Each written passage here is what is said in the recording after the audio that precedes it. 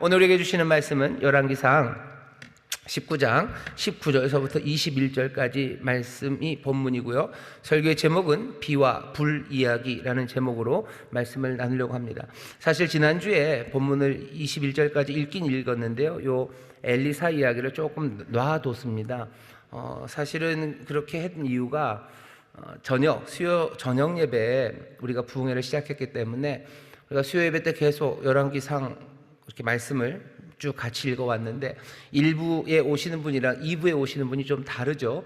2부에 오시는 분들이 앞에 이야기를 못 들었어요. 그래서 어떻게 할까 하다가 그냥 수요 1부는 계속 가니까 이 본문을 둘로 잘라서 읽고, 오늘 저녁에는 앞에 우리가 지난주에 읽었던 본문까지 합쳐서 설교를 해야 되겠다 그렇게 생각을 해서 이 뒤를 조금 나눠 놓았던 겁니다. 그러니까 오늘 말씀도 여기 있는 딱 엘리사 이야기만은 아닐 거고요. 앞에 있는 이야기들을 좀 전하려고 합니다. 설교의 제목은 비와 불 이야기예요. 이거 들으면서 어디서 많이 들어본 것 같다라고 생각하시는 분들 계시면 부활인가요? 부활을 좋아하시는 거예요. 부활에 보면 비와 사랑 이야기라고 있죠. 이런 비와 사랑 이야기라고 있는데요. 이건 비와 불 이야기입니다. 부활의 노래보다 이 비와 불 이야기가 훨씬 더 오래되고 놀랍고, 그리고 많은 사람들의 기억에 새겨지고 또 새겨져야만 되는 그런 이야기입니다.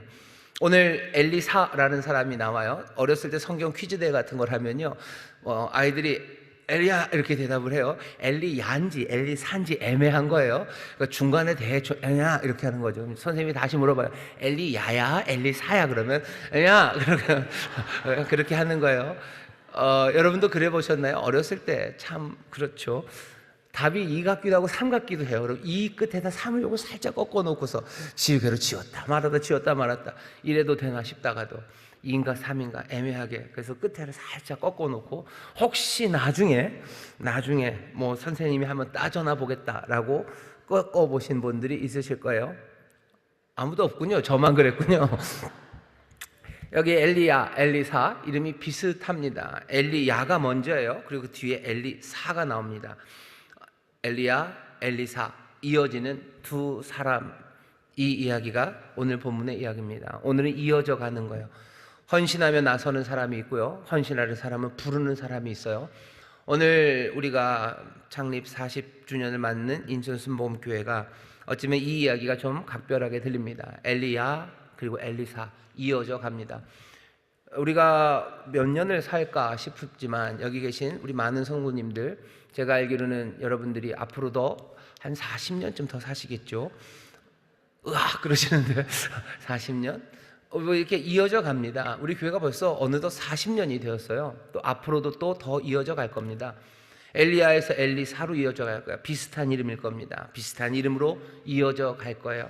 오늘 여기 비와 불 이야기라는 제목으로 엘리야에서 엘리사로 넘어가는 이 말씀을 읽으면서요, 하나님께서 우리에게 또 특별히 이 열왕기상 바벨론 포로로 잡혀갔던 그 슬프고 어렵고 악한 세상에 살아갔던 사람들에게 하나님이 왜 이 비와 불 이야기를 들려주셨는지 깊이 생각해보고, 또 이 말씀을 우리도 받으면서 새롭게 다짐하고 또 위로받고 소망을 마음에 품는 귀한 시간이 되시기를 주의 이름으로 축원합니다.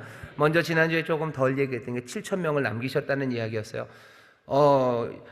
엘리야가 2번이나 대답을 하죠. 변명을 합니다. 하나님이 물어봤던 질문은 2번이 다 똑같았어요. 네가 어찌하여 여기 있느냐? 너 왜 여기 있지? 너 여기 있으면 안 되는데. 너 왜 여기 있니? 너 왜 여기 있니? 아합에게로 보냈어요. 마지막 명령은 너 아합 앞에서 달려라요. 주께서 너에게 능력 주신다. 성령의 능력으로 너 아합 앞에서 달려라. 아합 앞에서 달려간다는 건요, 아합을 돕는다는 거예요. 악한 왕을 도우랍니다. 악한 왕을 인도하랍니다. 해도 잘 안 되는 일이에요. 해도 잘 안 되는 일이에요. 아합 앞에서 그렇게 비 내리는 그 길을 하나님의 능력으로 기적처럼 달려서 그 폭우 가운데도 아합을 궁으로 인도해 갔건만, 아합은 그 인도함을 받고서 변화되지 않아요. 쪼르르 가서 이세벨에게 말합니다. 하나님 앞에 나왔어야죠. 하나님 앞에 나와서 말했어야죠. 하지만 아합은 이세벨에게 말합니다. 엘리야는 그냥 맥이 빠지는 거죠. 맥이 그냥 훅 빠집니다. 내가 달렸다는 거예요. 하나님의 능력으로 내가 달렸어요. 갈멜산에서 불 내리게 할 때도 나도 좀 떨렸어요. 하나님 앞에 간절함으로 기도하고 내가 할 수 있는 최선으로 선하게 아합을 대해서요. 아합에 대한 하나님의 기대, 그 기대를 나도 붙잡고 정말로 악한 왕이지만 내가 욕 한마디 안 하고 정말로 선하게 대하고 가장 좋은 것으로 아합을 섬겼어요. 섬기고 그 앞에서 달려가 봤건만 아합은 달라진 게 아무것도 없었습니다. 그러니 엘리야는 그냥 내려오는 거죠. 도망가며 브에세바로, 로뎀나무 아래로, 그리고 호렙산 그 바위 틈 동굴 안으로까지 들어갔었던 겁니다. 그러면서 하나님 앞에 대답하는 거예요. 너 왜 여기 있니? 라는 대답에 왜 여기 있는 걸 모르시냐고, 왜 여기 있는지 나 모르시냐고. 내가 열심히 했다는 거죠. 만군의 여호와 하나님을 위해서 열심히 특심했다.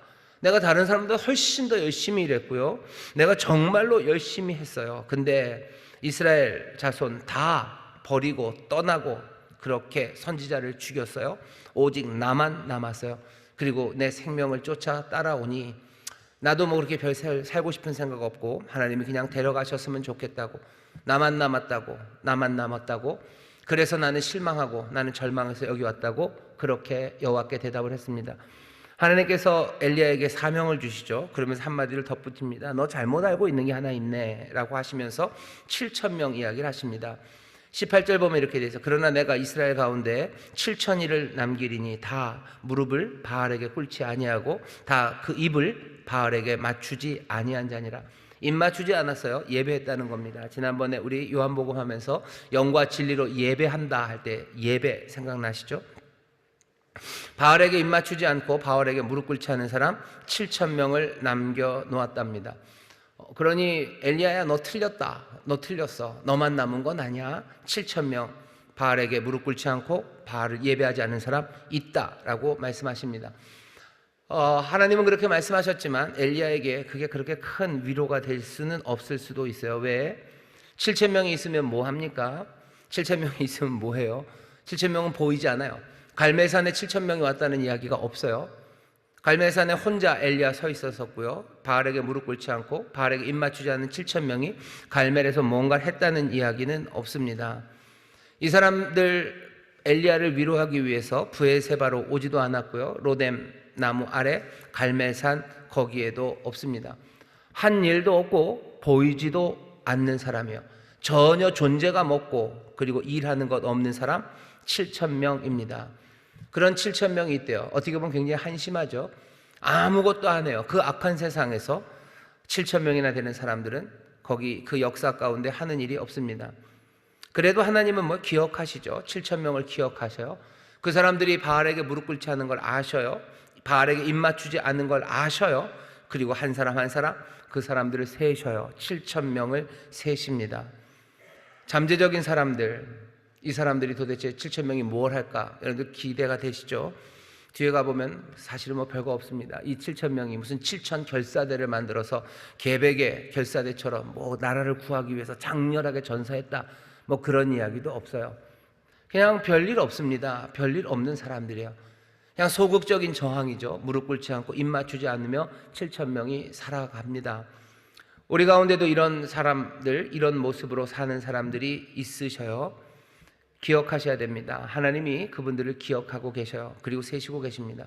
이 7,000명이 왜 아무것도 하지 못했을까? 이 사람들은 도대체 뭐하고 살았을까? 사람들은 답답해하고 뭐 이 사람들에 대해서 비난도 할 수 있지만 적어도 하나님이 이 사람들을 긍정적으로 기억하고 계십니다. 왜 너는 아무것도 못하냐라고 다른 사람들에게 이야기하지는 마셔요. 어떤 사람들에게는 하나님께서 엘리야처럼 능력을 주시고 분명한 사명을 주셔서 뭔가 전국적인 일, 그죠? 아람의 왕을 세우고 이스라엘의 왕을 세우고 뭐 이런 일을 맡기시겠지만 또 이 7,000명은 무릎 꿇지 않고 입 맞추지 않으며 그렇게 하나님 앞에 마음을 들이며 어쩌면 못난, 어쩌면 부족한, 역사적이지 않은, 그러나 하나님은 기억하시고 세시는 사람들로 살아갑니다. 7,000명을 대놓고 비난하지는 마셔요. 이 사람들의 삶을 하나님이 보십니다. 하지만 기대하게 되죠. 이 7,000명이 뭔가를 했으면 좋겠어요. 하나님께서 인도하신 가운데 또 하나님의 부르신 가운데 이 7천 명 중에 누구를 부르신다면 이 사람들은 또 그렇게 나올 수 있는 사람들입니다. 오늘 이 7천 명을 보시며 그렇게 생각하셔야 돼요. 먼저는 첫 번째 뭐죠? 나만 믿는 건 아니에요. 내가 수고하고 내가 정말로 땀 흘리고 지쳐서 진짜 너덜너덜할 때까지 하나님 앞에만 드렸는데 아무도 나처럼 하나님 앞에 헌신하는 사람이 없구나라고 여러분들 교만한 마음을 품지도 마시고 또 그것 때문에 절망하지도 마셔요. 하나님의 복음이 심겨지고 생명이 자라나고 있습니다. 자라나고 있어요. 우리의 눈에 보이지 않는다고 해서 생명이 없다고 생각하지 마시고, 우리의 눈에 헌신된 사람이 보이지 않는다고 해서 나만 있고 별로 세상엔 달라진 게 없구나라고 지레 짐작하지 마시고, 말씀이 심어진 곳에서 말씀이 자라고 있음을 신뢰하시고 하나님의 역사가 지금 이루어지고 있고 주님이 다스리심을 여러분들 믿음으로 붙잡으시기를 주의 이름으로 축원합니다. 보이지 않아요. 7천 명은 보이지 않아요. 진짜로 안 보여요. 뒤에도 안 보입니다. 뒤에 가도 7천 명이 뭘 했다니 보이지 않아요. 보이지 않습니다. 하지만 하나님은 보셔요. 여러분들 복음이, 그래서 복음의 결과가 눈에 보이지 않아도 하나님께서 역사하고 계심을 여러분들 믿으셔야 돼요. 생명이 떨어지면 자라나기 시작합니다. 주님이 지금도 다스리고 계시고 채우고 계시고 주의 뜻을, 하나님의 거룩하신 뜻을 이루고 계심을 믿으시기를 주의 이름으로 축원합니다. 주의 이름으로 축원합니다. 여러분은 뭐가 되고 싶으세요? 이 7천 명, 조용한 7천 명이 되고 싶으세요? 아니면 엘리사가 되고 싶으시고 엘리야가 되고 싶으십니까? 오늘 이 말씀은 우리를 부추기는 거예요. 우리를 부추기는 겁니다. 우리를 격려하시는 거예요. 엘리야, 엘리사, 이렇게 하나님의 사람들로 쓰임받는 사람들아, 너희들 실망하지 말아라 라고 얘기하는 거지. 나는 7천 명이 되어서 살아야 되겠다, 무릎 꿇지 않고 그냥 내가 입 맞추지만 않으면 하나님은 나를 기억하실 거야, 나는 그냥 인생을 소극적으로 살겠어, 그게 하나님이 나를 부르신 바야 라고 그렇게 생각한다면 어쩌면 이 말씀을 제대로 이해하는 건 아닐 겁니다. 열심히 사는 사람들, 헌신하며 나오는 사람들에게 주시는 말씀이에요. 너희들만 혼자 수고하는 것 같아도 너희들 그것 때문에 교만해지지도 말고 그것 때문에 절망하지도 말아라. 하나님께서 보이지 않는 곳에서 역사하고 계신다. 지금 그 메시지를 전해주시는 거예요. 우리 교회에도 수고하시는 분들 많으셔요. 구역장님들 중에서도 특별히 더 많이 헌신하고 또 더 많이 정말로 내 삶이 지칠 때까지 주의 일을 감당하고 내가 지기 어려운 짐들까지도 마저 지고 가시는 분들 계세요. 그분들 지고 가면서 왜 나만 이럴까, 왜 아무도 없을까라고 그것 때문에 교만해하지도 마셔요. 그리고 그것 때문에 시리에 빠지지도 마셔요. 저기 하나님의 사람들, 하나님의 역사가 이루어지고 있으니 여러분들 믿음으로 마음을 추스리시고 다시 한번 주님이 부르시는 그 일로 달려나가는 우리 모두가 되기를 주의 이름으로 축원합니다. 자, 7천 명이 있다고 얘기하셔요. 그리고 나서 말씀하신 대로 이 사람 엘리야는 이제 길을 떠납니다. 호렙산 동굴에 있을 수 없어요. 호렙산 동굴에 있을 수 없어요. 저 아래 동굴에서 이제 여기 엘리야는요 길을 거슬러서 저 위로 올라갑니다. 북쪽 이스라엘에서 유다 남쪽 끝 부엘세바까지, 부엘세바에서 광야로 하루길을 더 들어가서 로뎀나무 아래에서 40주 40야를 걸어서 호렙산까지 왔던 사람, 여기서 어떻게 하신 거예요? 하나님 만나시고 이 엘리야에게 사명을 주시니 이 엘리야는 어디까지 갈 거예요? 저 이스라엘보다도 더 북쪽 다메섹 그곳까지, 다메섹을 광야로 말미암아 이 광야 지나 다메섹까지 다시 올라가기 시작할 겁니다. 다시 올라가는 거예요. 내려왔던 길을 다시 올라갑니다. 엘리야는 그 길에 누구를 만나요? 엘리사를 만납니다. 길 가는 사람들, 우리가 걷는 길들을 잘 보셔요. 우리는 어떤 때는요 내리막 아래로 남쪽으로 가는 사람들이 있어요. 도망가면 아마 이스라엘 그 지경 안에서는 엘리야가 좀 빨리 뛰었을 겁니다. 후다닥 도망가다가 아마 유다에 왔을 때는 발걸음이 좀 느려졌겠죠. 발걸음은 느려지지만 생각은 점점 많아지고, 부엘세바에서 광야로 하루길 갈 때는 더 그 생각은 처참한 생각들, 슬픔에 짓눌려서 거기 로뎀나무 아래까지 갔을 겁니다. 로뎀나무 아래서 겨우 힘을 얻어서 떡을 먹고 불에 구운 떡과 물을 마시고 천사가 주는 그것 받아 마셔서 이제 40주 40야를 호렙산까지 갈 때는 또 무슨 생각으로 걸었을 것 같으셔요? 그렇게 오래 갈 길은 아니에요. 여러 가지 생각이죠. 의심, 어쩌면 하나님을 향한 확신, 아니면 내 삶의 기쁨들, 아니면 내 삶의 슬픔들, 내 연약함들, 하나님이 역사하셨던 놀라운 기적들, 이 민족, 이 나라를 향한 하나님의 뜻들, 하나님이 이제껏 또 우리에게 베푸신 은혜들, 온갖 생각들로 그 길을 걸어서 호렙까지 간 겁니다. 하지만 이제 호렙에서부터 다시 다메섹 그곳까지 올라갈 때는 이렇게 내려왔던 그 엘리야와는 전혀 다른 사람이 올라갑니다. 우리가 걸어가는 길들을 잘 보셔야 돼요. 우리는 인생을 어떻게 걷고 있는가?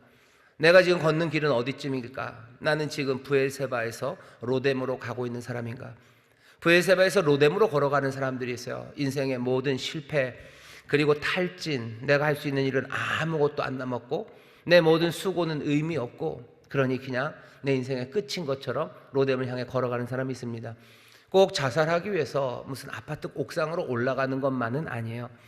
어머니들이 브엘세바에서 로뎀으로 걸어가시는 분들이 있으셔요. 그냥 인생이 별것 없죠.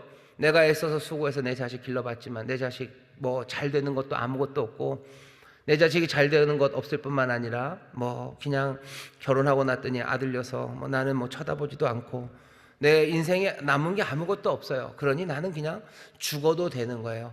죽어도 되고 그냥 죽었으면 좋겠고, 인생에 소망은 없어요. 소망도 없고 뭐 더 내가 열심히 달려야 되는 것도 없고 그냥 이렇게 사는 거지 하면서 하루하루 사는 대로 살겠다고 걸어가는 인생길, 어쩌면 브엘세바에서 로뎀으로 걸어가는 사람들입니다.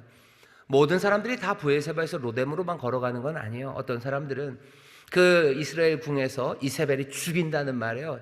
정말로 걸음 하나 살려라 그냥 발이 안 보이게 막 달리고 있는 사람들도 있어요. 인생이 정말 정신없이 도망가고 있는 사람들이죠. 인생의 문제가 너무 많고 이거 어떻게 해야 될지 몰라서 그냥 불이 나게 살아가는 사람들 많습니다. 정신이 없죠. 헐떡이죠. 헐떡이면서도 힘든지도 모르고 그 이스라엘 땅을 그냥 달리는 사람들, 그런 사람들이 있어요. 유대 땅을 지나는 걸음걸이도 있겠죠. 거기에서 어느 정도는 안전해요. 어느 정도는 안전합니다. 이제는 더 이상 쫓는 사람 없어요. 뭐 소위 말하는 중산층이 되었다고 그래야 될까요? 여러 가지 경제적인 문제도 해결됐고 뭐 직장도 조금은 안정적이고 살 수 있어요. 살 수 있지만 도대체 내 삶의 의미가 뭔지 고민해야 되는 사람들, 유대 땅을 걷는 엘리야들도 있습니다. 유대 땅을 걷는 엘리야, 그리고 또 브엘세바에서 로뎀으로 가는 엘리야, 로뎀에서 어디요? 호렙으로 40주 40야를 걸어가는 사람들도 있어요. 인생에 무너진 그 자리에서 하지만 하나님의 은혜 그것 하나 붙잡고 40주 40야를 하나님과 동행하며 걸어가요. 그때는 어쩌면 내 삶에 있어서 일해야 되는 직장, 그것도 잠깐 뒤로 하고 오직 하나님과 함께 뒹굴어야 되고 하나님만 바라보고 내 삶을 다시 한번 세워야 되는 그런 발걸음을 옮기는 사람들도 있습니다. 호렙산 동굴 안에 들어가신 분도 계세요. 이제 못 가겠어요. 동굴 안에 들어가서 그냥 여기가 좋다 그러고 안식하고 계신 분이 있어요. 다 온 것 같죠. 다 왔죠. 호렙에서 이제 나는 끝날 수 있어요. 여기서 안식을 누리며 미움도 다 떠나보내고, 그렇죠? 슬픔도 다 떠나보내고, 내가 이제껏 했던 것에 대한 것 그거 뭐 보상 없어도 돼요. 난 그냥 여기 호렙, 여기서 하나님의 영광을 보며 그냥 살아도 된다. 여기 이 호렙에 있는 이 엘리야를 하나님께서 그래 그러자라고 두시지 않았습니다. 어떻게 보면 우리의 인생의 마지막이 이 동굴에서 끝날 것 같아요. 호렙산 그 동굴에서 인생의 많은 여정을 뭐 도망치듯 살아왔고 조금은 잘 살아왔고 그러다 삶의 의미가 없어지는 그 브엘세바에서 이제 그 허무를 감당하며 걸어오다가 인생의 이 허무 결국은 하나님 앞에 가서 하나님 앞에서 안식을 누리고 하나님 앞에 평강을 누려야지 라고 생각하며 호렙산 동굴 거기서 하나님의 영광을 보며 지내기를 원할지 모릅니다. 하지만 하나님께서는 어떻게 하셔요? 그 엘리사에게, 어쩌면 인생의 여정을 다 마친 것 같은 그 엘리야에게 하나님 뭘 주셔요? 사명을 주셔요. 위대한 사명으로 부르셔요. 아람 왕 하사엘에게 기름 붓고 이스라엘 왕 예후에게 기름 붓고 너 엘리사에게 기름 부어서 내 뜻을 이루라고.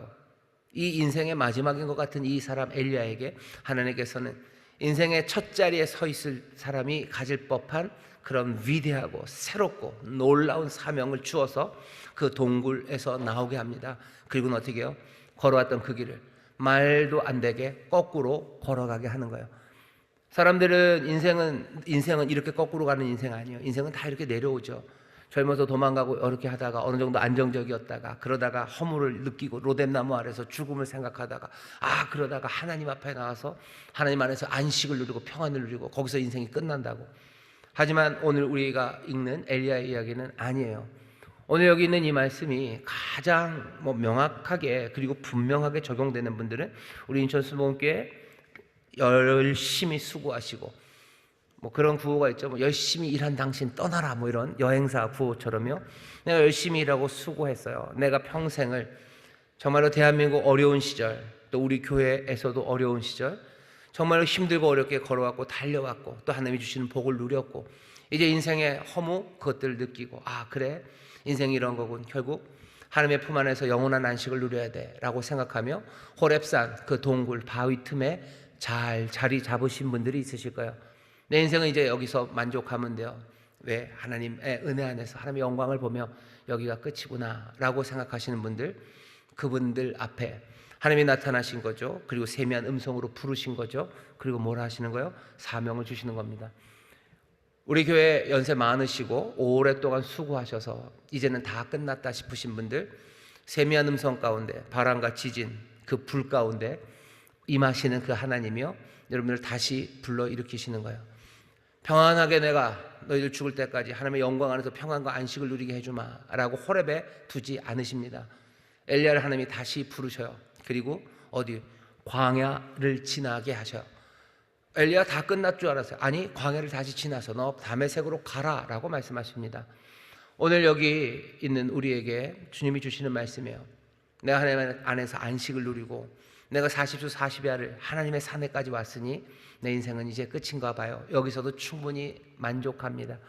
내 모든 슬픔을 내가 다 알고 허물을 다 알고 그러나 이제 주 안에서 평안을 누리니 이제 됐습니다 라고 생각하시는 바로 그 순간 하나님께서는 엘리야에게 됐다, 여기서 자자라고 하지 않으시고 너 광야로 말미암아 15절입니다. 다메섹 그 길로 가라 라고 얘기하셔요.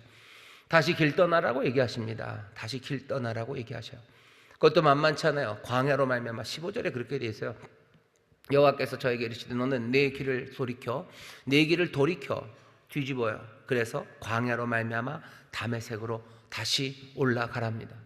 여러분들 다시 올라가십시오. 이 젊은 사람이 왜 수고한 사람한테 그 얘기를 합니까? 열심히 일한 당신 여행 가라고 떠나라고 얘기해야 되는 거 아닙니까? 열심히 일하고 인생의 모든 쓴맛 단맛 다 맛보시고 정말로 참된 소망은 주께만 있고 난 거기서 안식을 누리겠다고 생각하시는 그분들을 향해서 주님이 하시는 말씀이에요. 너 다시 일어나서 광야 지나 다메섹 그 위험한 곳, 하지만 내 뜻이 이루어지는 그곳 사명의 사람으로 가라고 부르십니다. 오늘 이 말씀이 우리 여기 있는 모든 성도들에게 들려지기를 바라고 또 우리 인천수목교회에 들려지기를 바랍니다. 40년을 우리가 수고해 왔어요. 그러니 그냥 여기서 그냥 잘 지내면 돼요. 여기서 재밌게 지내면 돼요. 그죠? 인생이 얼마나 어려운지 교회를 세우고 부흥하고 또 이렇게 조직을 갖추고 여러 봉사하는 사람들을 만들어 놓고 또 그렇게 잘 갖춰 놓는 게 쉬운 일이 아닙니다. 그 일을 위해서 40년 동안 달리고 허무 가운데 몸부림치고 그러면서 여기까지 왔어요. 여기까지 왔으니 그냥 호렙산에 있는 그 엘리야처럼 여기서 안식을 누리면 돼요. 여기서 평안하게 잘 지내면 됩니다. 담임 목사도 평안하게 잘 지내면 돼요. 좋게 지내고 깔깔깔 웃고 호호호 웃고 안녕하세요 이러면서 즐겁게 하면 돼요. 근데 하나님께서는 그렇게 하지 않으셔요. 하나님의 사람들을 어떻게 다시 사명으로 부르십니다. 예수님 마지막 숨 거두실 때까지 순종의 길을 걸어가셨죠. 마지막 숨 거둘 때까지 다 이루실 때까지 다 이루시고 쉬는 시간이 있으시 아니요, 다 이루실 때까지 주께서는 마지막 호흡 마지막 그 순간까지 순종의 길을 걸어가셨어요. 해야 할 말 한마디 한마디 마지막 숨을 다 내쉬면서 그렇게 걸어가셨습니다. 힘들고 어렵게 살라는 이야기는 아니에요. 하지만 우리가 정말로 이제는 다 끝났나 보다 생각하는 그 시간, 주 안에서 안식을 누려도 된다고 하는 그 시간에 주께서는 우리를 불러일으켜 광야를 지나 다시 다메섹으로 보내십니다. 오늘 엘리야에게 주는 이야기는 그런 이야기입니다. 가다가 누굴 만나요? 엘리사를 만납니다. 겉옷을 그 위에 던져요. 겉옷을 던진다는 건 내가 능력 준다는 겁니다. 능력 준다는 이야기로 던지니 엘리사는 깜짝 놀랐겠죠. 놀라운 이야기는 그 겉옷을 던지니까요, 엘리사는 자기가 엘리야를 따라야 된다고 생각합니다. 왜 그런 거예요? 너무너무 유명한 선지자가 겉옷을 던졌고, 겉옷을 던진다는 상징적인 의미는 제자로 삼고 너 나를 따라오라는 그런 무슨 상징이고 문화적인 코드이기 때문에 거역할 수가 없어요. 그래서 따랐을까? 그것만은 아닐 겁니다.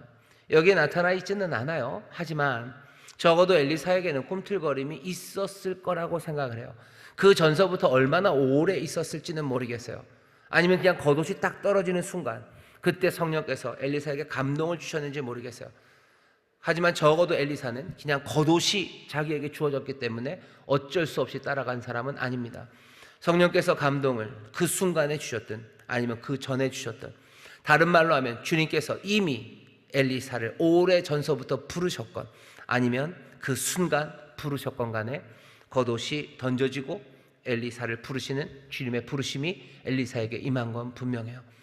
엘리사는 겉옷이 임하는 것, 나에게 엘리야가 겉옷을 던진 것, 자기를 부르는 거죠. 선지자로 부르는 부름에, 그 바깥에서 보여지는 그 부름에 또 주께서 성령을 통하여 자기를 부르신 부르심, 그것이 얼마나 짧았는지 오래되었는지는 알 수 없지만 그 부르심이 있었습니다. 엘리사는요 부자예요. 19절 보셔요. 엘리야가 거기서 떠나 사밧의 아들 엘리사를 만나니 저가 12결이 소를 앞세우고 밭을 가는데 12째 결이와 함께 있더라. 밭을 가는데요 소 12결이로 합니다. 결이라는 게 여러분들 보시면 소 둘이 있고 쟁기가 이렇게 소에다 맨 큰 쟁기죠. 그걸로 이제 밭을 쭉쭉 가는 겁니다. 그게 소 12결이로 한대요. 소 24마리? 도대체 이 밭이 얼마나 크면 이런 쟁기로 갑니까? 이 밭이 뭐 장난이 아니에요. 장난이 아닙니다. 소 한 마리가 어느 정도를 갈 수 있을 것 같습니까? 하루에 한 이 정도 갈 수 있을까요? 이 정도만 갈겠습니까? 이거 뭐 1시간짜리 뭐 2시간짜리 일이 아니라 하루 종일 가는 건데 소 24마리가 갈 수 있는 밭이에요. 그걸 꼭 하루에 다 갈아야 되는 것도 아니겠죠. 그렇게 생각하면 엘리사는요 어마어마한 부자입니다. 소도 있고요, 그리고 또 그것을 모는 사람들도 있고요, 종들도 있고 소도 있고, 그러니 그것이 갈 밭도 그렇게 많아요. 꽤나 부자입니다. 어마어마하게 부자인 사람, 엄청 부자인 엘리사에게 이게 임했어요. 마음이 뜨거워진 엘리사는요 따르기를 작정합니다. 저가 소를 버리고 엘리야에게로 달려갑니다. 이르되 청컨대 나로 내 부모와 입맞추게 하소서. 그리한 후에 내가 당신을 따르리이다. 엘리야가 저에게 이르되 돌아가라. 내가 네게 어떻게 행하였느냐 하니라. 20절은 좀 애매합니다. 소를 버리고 겉옷을 던지니 엘리야를 따라갑니다. 그리고선 얘기하는 거예요. 내가 내 부모와 입맞추게 하소서. 내 부모와 입맞추고 온다. 작별하고 오게 해달라는 거죠. 작별 인사하고 오게 해달라는 겁니다. 이게 그냥 인사하고 오겠다는 뜻이겠죠. 그랬더니 엘리야가 뭐라 그래요? 돌아가라. 내가 네게 어떻게 행하였느냐. 이게 야단치는 걸까? 아니면 정말로 그냥 가라 그러면 가라.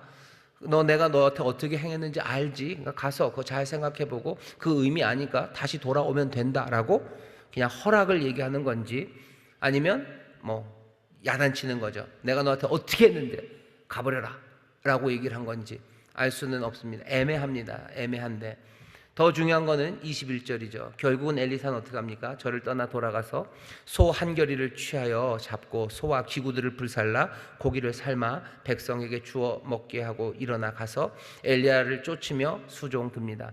엘리사는 일어납니다. 그리고 갑니다. 그리고 쫓아요. 그리고 수종 드는 일을 엘리사가 합니다. 소를 잡아서 굽는 거죠. 태우는 겁니다. 불살라요. 기구와 함께 불살라서 하나님 앞에 화목제로 드리고, 화목제가 드려지면 늘 그 고기는 삶아서요 사람들이 같이 먹습니다. 그러니 화목제를 드리는 거예요. 소를 잡아 먹어요. 자기 동네 사람들, 일하던 사람과 다 소 잡아 먹고, 그리고 그 농기구들 다 불태우고, 그리고선 엘리야를 쫓아요. 일어나 가서 엘리야를 쫓아 그리고 수종하며 살아가기 시작합니다. 아주 간단한 이야기예요. 아주 간단한 엘리사의 결단과 그리고 순종의 이야기입니다. 오늘 이 말씀을 우리가 읽으면서, 또 우리가 지난주에 함께 보았던 말씀을 보면서 여기 엘리사의 결단을 먼저 좀 생각해 보세요. 엘리사는 결단합니다. 그리고 단절하는 거예요. 내가 충성할 수 있는 건 이제 더 이상 내 땅에 충성하지 않아요. 내 땅과 내 재산에 충성하지 않아요. 나는 엘리야를 따를 거예요. 나는 여호와를 따를 거예요. 그것을 위해서 다른 충성의 대상이 되는 모든 것들을 끊어내는 굉장히 전투적이고 아주 그냥 전적인 투신, 적극적인 사람입니다. 앞에 있었던 7,000명과는 좀 다릅니다. 7,000명은 조용했어요. 바알에게 무릎 꿇지 않고 바알에게 입 맞추지 않았지만 분명히 여호와께서 기억하시고 그들의 수를 세신 바 되었지만 어떻게 된 일인지 그들은 조용히 그렇게 살아갑니다. 하지만 겉옷을 던지는 사람들이 있어요. 겉옷이 임하는 사람들이 있어요. 그리고 하나님이 부르시는 사람들이 있습니다. 그래? 여러분은 어떠세요?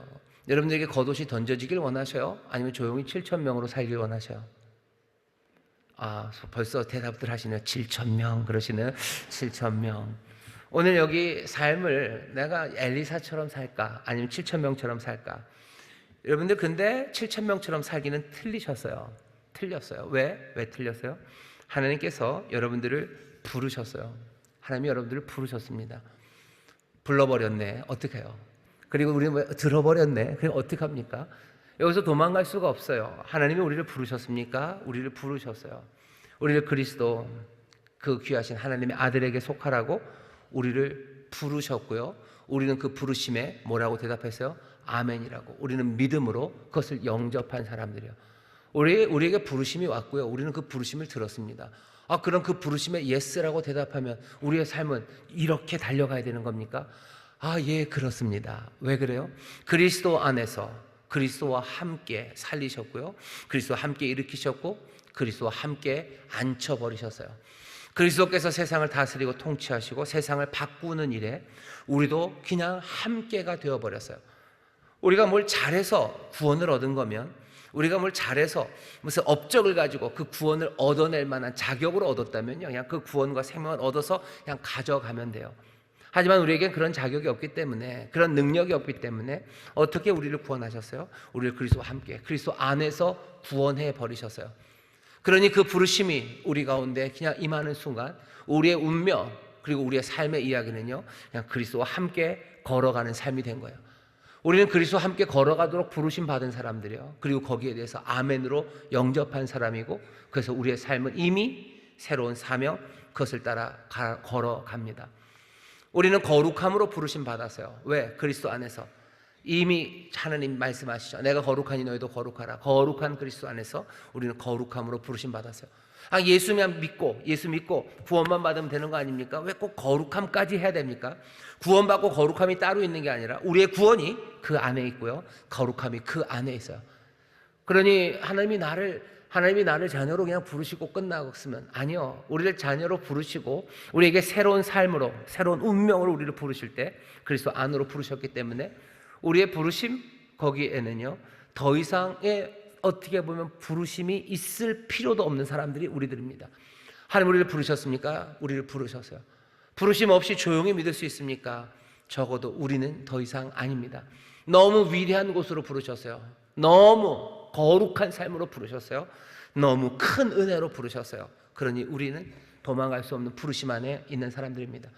우리는 이제 7,000명처럼 살 수는 없어요. 7,000명처럼 살 수는 없습니다. 죽이 되든 밥이 되든 내게 주시는 능력 안에서, 또 성령께서 나를 도우시는 그 도우심 안에서 나는 이 엘리사의 사명을, 엘리야처럼 하는 그 사명을 얼마나 많이 이루고 적게 이루고, 그걸 하나님의 뜻과 은혜 안에서 그것이 달라지겠지만, 안타깝게도, 아니 또 감사하게도 우리 헌신에 따라 그것이 조금씩 달라지겠지만, 우리 모두가 이 부르심, 여기 있는 이 주인공으로 부르신 부르심에는 의문의 여지가 없습니다. 하나님의 나라 확장시키는 임무, 그 부르심으로 우리를 부르셨어요. 예수님께서 마태복음 제일 끝에 보면 세상에 있는 모든 권세를 가지시고 그 갈릴리 그 산에서 제자들에게 얘기하시죠. 가라고 얘기하셔요. 가라, 세상 모든 족속 제자 삼아라. 가서 모든 족속으로 제자를 삼아라. 세례를 주고, 아버지와 아들과 성령의 이름으로 세례를 주고, 내가 너희들에게 가르쳐 분반 모든 것들을 가르쳐 지키게 해라. 내가 세상 끝날까지 너희와 함께한다 라고 누구를? 그 모든 제자와 따르는 이들을 그렇게 부르셨어요. 우리의 부르심이 있습니다. 겉옷 우리에게 던지셨어요. 겉옷은 우리에게 던져져 우리에게 덮여 있고요, 우리는 그리스도로 옷 입는 그 옷이요, 우리를 구원하시는 옷만은 아닙니다. 이 권세와 능력, 부르심의 옷을 우리는 함께 입은 사람들이에요. 예수의 사람들 되셨어요? 그렇다면 나는 부르심 받은 사람들입니다. 주의 부르심이 우리에게 있어요. 겉옷은 우리에게 덮여졌고요, 우리도 어떻게 됩니까? 우리 그 결의의 소를 잡고 화목제를 드리며 그렇게 하나님의 뜻을 따라, 주님을 따라 일어나 가서 쫓으며 수종드는, 일어나셔야 돼요. 가야 돼요. 쫓아다녀야 돼요. 그리고 수종듭니다. 내가 주를 섬기며 걸어갑니다. 이 부르심을 여러분들 분명하게 붙잡으시기를 주의 이름으로 축원합니다. 주의 이름으로 축원합니다. 겉옷이 여러분들에게 덮여질 거예요. 교회가 부를 거고 담임 목사가 여러분들을 부를 겁니다. 하나님이 부르셨기 때문에 부르실 거예요. 그러면 여러분들 하나님의 은혜 안에서, 성령 안에서 주가 나를 부르시고 예수 그리스도 나를 부르셨다는 확신 안에 내가 일어나 가서 쫓고, 그리고 뭐 하는 거야? 수종드는 그 일을 함께 감당해내는 우리 교회 모든 성도들 되시기를 주의 이름으로 축원합니다. 주의 이름으로 축원합니다. 오늘 이 말씀은 포로들에게 전해지는 메시지죠. 무슨 메시지들이 전해집니까? 물과 떡을 공급하시는 하나님, 광야에서, 그러니 그 바벨론에서도 물과 떡을 공급하실 거예요. 신뢰할 수 있습니다. 하나님 신뢰하셔요. 하나님 신뢰하십시오. 어렵고 힘들어도 하나님은 공급해 주시는 하나님이셔요. 또 아까도 말씀드렸지만 포로들에게 전하는 메시지는 사퇴 거절하시는 하나님이요. 사퇴 거절합니다. 고만하겠다는 이야기 하나님은 거절하셔요. 거부하십니다. 엘리야 자기가 다 했다고 생각해요. 하지만 하나님 오히려 완수할 사명을 제시하시고 복귀를 명하십니다. 바벨론에 있는 사람들에게 전해지는 메시지요. 바벨론에서 이제 끝이에요. 다 망했고 그냥 이 바벨론에서 하나님이 주시는 평안 그거나 누리며 살았으면 좋겠다. 아니, 하나님 얘기하시는 거죠. 아니 여기 끝 아니다. 너 다시 광야를 걸어질 거고, 광야를 지나 다메섹으로 갈 거고, 이 역사를 이루어 가시는 하나님, 그 역사를 주관하시는 하나님, 세상을 통치하시는 그 하나님과 함께 너 하나님의 일을 향해서 달려나갈 거예요. 그게 바벨론에 있는 사람들에게 주어진 말씀입니다. 오늘 우리에게도 마찬가지요. 세상을 주관하시는 여호와, 세상을 통치하시는 그리스도와 함께 우리도 흰옷 입은 주의 백성들 세상을 다스릴 겁니다. 세상을 바꿔나가는 일, 그 일로 우리를 부르셔서요. 광야를 지나 우리는 다메섹으로 갈 거고, 광야를 지나 우리는 이스라엘 그 성으로 갈 거고, 광야를 지나 여기 엘리사, 우리의 다음에 뒤를 이을 사람들, 그 사람들을 향하여 걸어갈 겁니다. 완수할 사명, 그 사명을 붙잡으셔야 돼요. 불평 일축하십니다. 엘리야의 모든 불평은 하나님께서 그냥 다 던져버리셨어요. 세세하게 그거 다 대답하지 않으셔요. 그냥 7,000명 있다, 그 대답이 끝이셨어요. 불평을 일축하시고 더 심화된, 그리고 더 위대한 과업을 주십니다. 바벨론 슬픔이 있고 인생이 끝인 것 같지만, 아니 가만히 생각해 보면 할 일 많은 세상이고 할 일이 넘치는 세상입니다. 지금이 악한 세대고 내가 지금 이제는 다 마친 것 같지만 주위를 둘러보셔요. 할 일 많은 세상이고 할 일 넘칩니다. 예수님도 그러죠. 주위를 돌아봐라. 휘어져 추수하게 되었다. 추수할 일꾼 보내달라고 아버지께 구해라. 아버지께 구해라. 추수할 일꾼들, 하나님 필요한 일꾼들 여전하고요. 그리고 아니 오히려 더 할 일 많은 세상입니다. 죽어가는 세상이니 할 일이 더 많아요. 점점 어두워져가는 세상이니 빛은 할 일이 더 많습니다. 썩어져가는 세상이니 소금들은 할 일이 더 많아요. 다시 한번 뒤로 물러나지 마셔. 뒤로 물러나지 마시고 여기가 다인가 보다라고 생각하지 마셔. 나이 80이면 다 된 것 아닙니까? 하나님께서 나이 80인 우리 권사님에게 뭐라고 부르셔요? 아니 너 하나님의 딸 광야를 지나 다메섹으로 가자라고 말씀하시는 거예요. 내가 할 수 있는 일이 없는데요. 아니요, 할 수 있습니다. 할 일 널려 있습니다. 아니 너무 많습니다. 어떤 분들은 할 일이 없다고 이야기하시는 분들은 그래도 그나마 나아요. 어떤 분들은 뭐라 그러는 거예요? 아, 이제 할 일 다 했고 난 이제 내가 수고해야 될 때가 아니라 내 수고의 열매를 받아야 될 때고, 내가 여지껏 그랬으니 난 이제 좀 누려야 될 때입니다 라고 말하시는 분들, 예수님의 말씀을 다시 들으셔요. 예수님 뭐라 그러셔요? 나는 섬김 받으러 온 거 아니에요. 나는 섬기러 왔다고 말씀하셔요. 요한복음 13장에서 예수님이 하신 일을 보셔요. 제자들의 발을 씻깁니다. 죽기 전에 끝까지 예수님 제자들을 섬깁니다. 인생의 마지막까지 다 이루신 일, 독생자가 오셔서 세상을 구원하시는 그 섬김의 일을 우리 주님은 끝까지 하셨어요. 끝까지 섬기러 오시고 섬김을 받으러 하신 적 한 번도 없습니다. 나이가 많이 들고 수고했으니 나는 이제 섬김을 받아도 돼. 아니, 그건 예수의 사람들, 그리스도 안에 있는 사람들의 생각은 아니에요. 내가 지금 섬길 수 있는 것, 예수님이 젊어서 때는 뭐 성큼성큼 뛰어다니며 사람들을 섬기셨겠죠. 하지만 골고다 십자가를 지고 올라갈 때는 한 걸음 한 걸음 꾸역꾸역 올라가셨어요. 하지만 젊어서 막 2m씩 뛰어다닐 때나 인생의 마지막에 갈보리 그 언덕을 뭐 10cm씩 거의 엉금엉금 올라가실 때나 섬기는 그 일, 그 마음의 중심에는 변함이 없으십니다. 우리는 끝까지 무슨 마음으로 살아요? 섬기려는 마음은 없어요. 끝까지 섬기는 마음으로 삽니다. 내가 나이가 80이에요. 나는 섬김을 받아야 됩니까? 아니요. 난 섬김 받을 생각 한 개도 없어요. 한 톨도 없어요. 나는 내 나이 이만큼으로 섬길 거예요. 내 나이 50일 때는 펄펄 나르면서 섬겼어요. 그죠? 내가 그냥 뭐 한번 그냥 쫙 하면은 뭐죠? 김장이 30포기씩 팍팍 와고 그랬어요. 근데 지금은 뭐 단무지 쓸기도 어려워요. 하지만 난 그래도 끝까지 섬길 거예요. 나는 섬김 받을 생각, 나는 그 생각은 평생에 해본 적이 없어요. 전에는 내가 그렇게 살았는지 모르지만 내가 그리스도 안에서 나를 부르신 부르심에 따라 살아가기 시작하면서는 나는 그 생각은 없습니다. 내가 젊을 때나 내가 나이 많을 때나 내가 섬길 수 있는 마음을 주시고 섬길 수 있는 힘을 주시고 나와 함께 이 일을 감당하시는 주님께 감사하고 또 이렇게 섬길 수 있는 이 일이 된 내 사랑하는 이들에게 감사하면서 나는 그렇게 살아가는 겁니다. 참된 행복과 기쁨이 어디 있는지 보셔. 내가 섬김을 받으려고 하면 기쁨은 금방 말라갑니다. 기쁨은 말라가고요. 이리저리 눈치 보고 두리번거리기 시작해요. 인생이 궁색해지기 시작하는 거예요. 하지만 내가 섬기려고 마음 먹으면 내가 평생을 섬기는 것 그것만 있다면요, 눈빛은 늘, 그리고 삶의 자세는 늘 당당하고 늘 감사와 기쁨이 넘칩니다. 엘리야에게 어떻게 했나 보셔요. 인생의 마지막 그곳, 어쩌면 죽음 같은, 그래서 안식을 얻을 수 있는 그 호렙산의 동굴에서요 하나님 끄집어내십니다. 다메섹, 광야로 말미암아 다메섹으로 가자. 위대한 일을 맡기셔요. 여전히 위대한 일을 맡기셔요. 왜? 주께서 하시는 그 통치가 위대하기 때문입니다. 바벨론 할 일 많은 세상이요, 할 일 넘쳐납니다. 대한민국 인천도 마찬가지죠. 인천 순복음교회 우리가 있는 여기도 마찬가지입니다. 할 일 넘쳐납니다. 할 일이 너무 많아요. 뭐 이런 말 안 쓰는 게 좋은데 꼬맹이들이 뭐 그러죠. 인천을 비하하는 말들이 좀 있어요. 인천은 무시무시하고 이상한 곳이라고, 뭐 마개라고 뭐 그러면서. 그러니 슬픕니까? 예, 슬프죠. 하지만 할 일은 참 많습니다. 할 일 많은 세상이요, 위로해야 될 사람 많고 붙잡아야 될 사람 많고 소망을 심어줘야 할 사람 정말 많은 곳이요. 우리로 광야로 말미암아 다메섹으로 가라고 말씀하십니다. 바벨론에 있는 사람들에게 하는 이야기예요. 그리고 오늘 우리에게 전하시는 말씀입니다.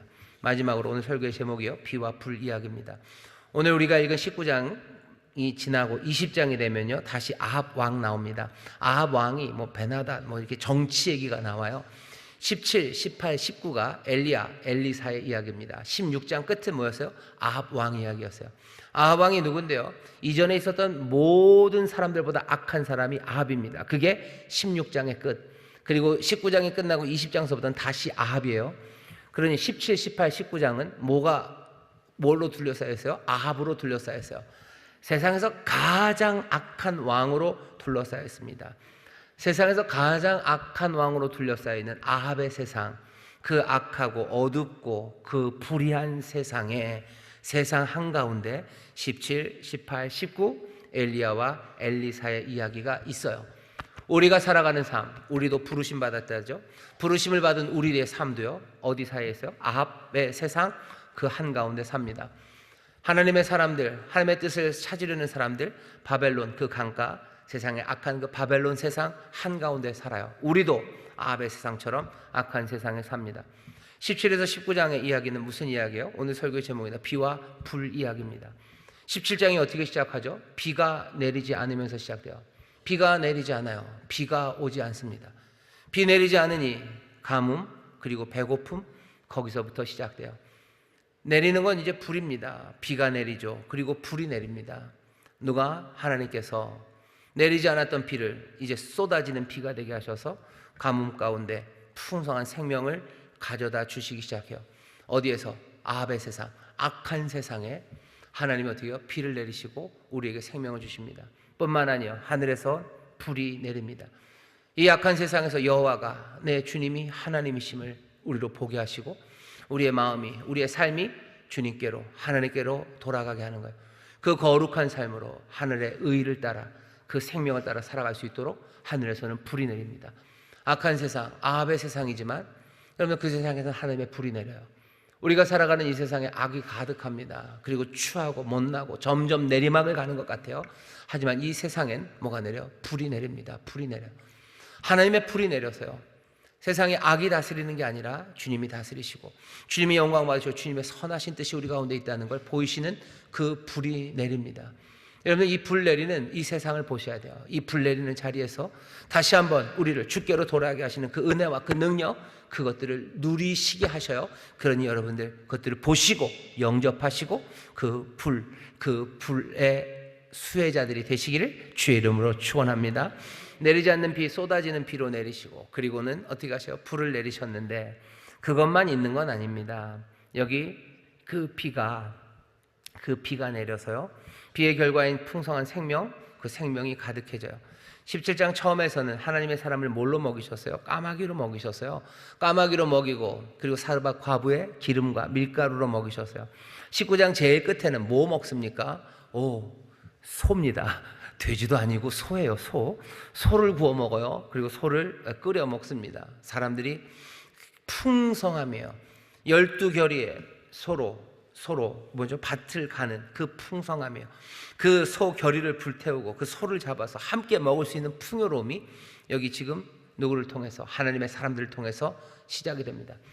엘리사가 그 일을 하는 거예요. 비로 인하여 하나님이 생명을 주시고요, 그 생명의 풍성함을 누구를 통해서? 엘리사를 통해서 이루어내요. 하늘에서 불이 내리죠. 여기 19장 마지막은요, 누가 불을 지릅니까? 엘리사가 불을 지릅니다. 자기의 소를 통해서 농사짓는 그 소결이 그 모든 기구들을 태워요. 그 모든 기구들을 태우는 건 왜 태웁니까? 여호와 주님이 하나님이시기 때문이에요. 주님이 하나님이시고, 그러니 우리는 하나님에게 순종하며 하나님을 따라 돌아설 거예요. 하나님 향해 돌아서는 그 귀한 고백과 그리고 순종, 결단의 불들이 엘리사, 하나님의 사람들을 통해서 불이 붙기 시작합니다. 아합의 세상에서는요, 불이 내려요. 그리고 불을 붙입니다. 하나님께서 은혜와 능력으로 우리를 돌이키게 하시고, 여기 돌아선 사람들이 지피는 불들, 그들이 지르는 불들이 이 세상에 채워지는 겁니다. 비가 내리고, 그리고 그 생명으로 풍성한 것이 하나님의 사람들을 통해서 나타나기 시작합니다. 아합의 세상이요, 16장, 20장 아합의 세상, 악하고 전쟁 많고 온갖 불의가 가득한 그 세상에 하나님께서 내리는 불, 또 여기 헌신으로 지르는 불들, 그 불들이 가득합니다.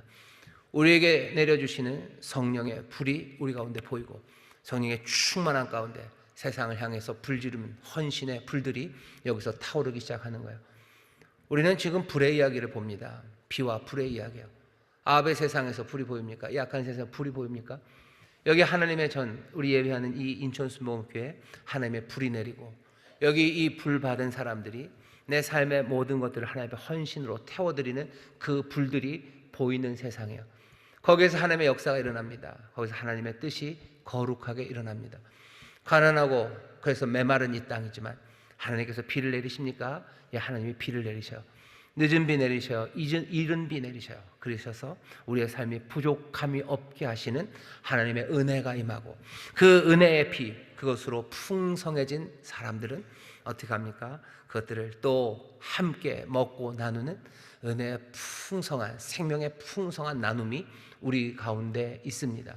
우리가 이 말씀을 보면서요, 때를 따라 우리에게 은혜를 주시고, 또 그 받은 은혜를 풍성히 나누고, 급하게 마시는 불로 우리 가운데 그 영광을 보게 하시사 우리의 마음을 돌리시고, 또 삶의 헌신으로 돌아선 마음으로 하나님 앞에 드려지는 사람들, 이 사람들이 보이는 세상, 비와 불의 이야기의 세상입니다. 아합의 세상인 것 같고 악한 세상인 것 같아요. 하지만 하나님의 뜻이 이루어지는 세상이죠. 악한 세상인 것 같아요. 하지만 우리를 부르신 사명이 이루어지는 세상입니다. 이 땅에 하나님의 뜻이 이루어지고 하나님의 부르심, 우리의 사명이 온전한 그 불 가득하고 비 많이 내리는 귀한 세상인 것 여러분들 마음에 품으시고 그 불로 인하여 즐거워하시고 또 그 불을 지피며 즐거워하시고 그 비 내리는 것으로 감사하시고 그 은혜를 함께 나눈 것 안에서 크게 노래하는 하나님의 사람들 되십시오. 아합의 세상이어도 바벨론의 세상이어도 아니 2023년 여기 정말로 혼돈 그리고 여러 가지 절망의 이야기 아우성 가득한 세상이어도 여기에 비가 그리고 하나님의 불이 내리니 여기에 하나님의 은혜와 능력 충만하니 주께서 주신 사명 함께 감당하는 주의 백성들과 함께 세상에 불을 점점 높고 큰 불들 붙이기 시작하고 또 하나님이 주시는 비의 은혜를 더 풍성하게 나누는 우리 모두가 되기를 주의 이름으로 축원합니다. 주께서 인도해 주실 줄 믿습니다. 기도하겠습니다. 하나님 감사합니다. 악한 세상, 아합의 세상, 그러나 여기 사명을 가지고 부르심을 가지고 살아가는 사람들, 아버지 하나님 우리에게 주시는 비와 불, 또 우리를 통해서 이루어지는 아버지 하나님 생명과 불의 헌신과 아버지 하나님 역사들, 아버지여 이 이야기가 보여지게 하여 주옵소서. 주여 정말로 하나님의 부르심을 받은 사람들, 그리스도와 함께 동행하는 사람들입니다. 지치지 않습니다. 주여 이 세상에서 주의 불을 영접하는 사람뿐만 아니라 아버지 하나님 불을 지르는 사람들이 되게 하시고 아버지 하나님의 은혜를 누리는 사람만 아니라 그 은혜를 풍성히 나누는 하나님의 사람들 되게 하여 주시옵소서. 감사드리며 예수님 이름으로 기도하옵나이다. 아멘.